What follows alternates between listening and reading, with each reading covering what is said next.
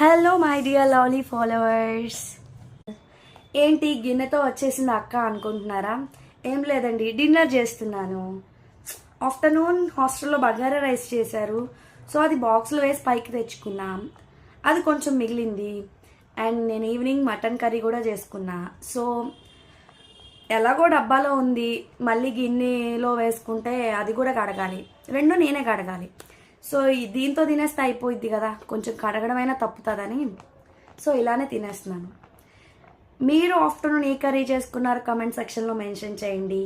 And మీలో ఎంతమందికి bagara rice with mutton curry and chicken curry ఇష్టమో కూడా కామెంట్ చేయండి. అండ్ ఇప్పుడు ఇది ఎలా ఉందో టేస్ట్ చేసి చెప్పేస్తా.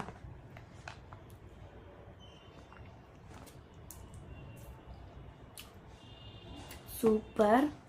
మటన్ కూడా చాలా మంచిగా కుక్ అయింది, చాలా బాగుంది. మీరు కూడా ఇంట్లో ట్రై చేయండి అండ్ నా ఛానల్ని ఫాలో అవ్వండి. బాయ్.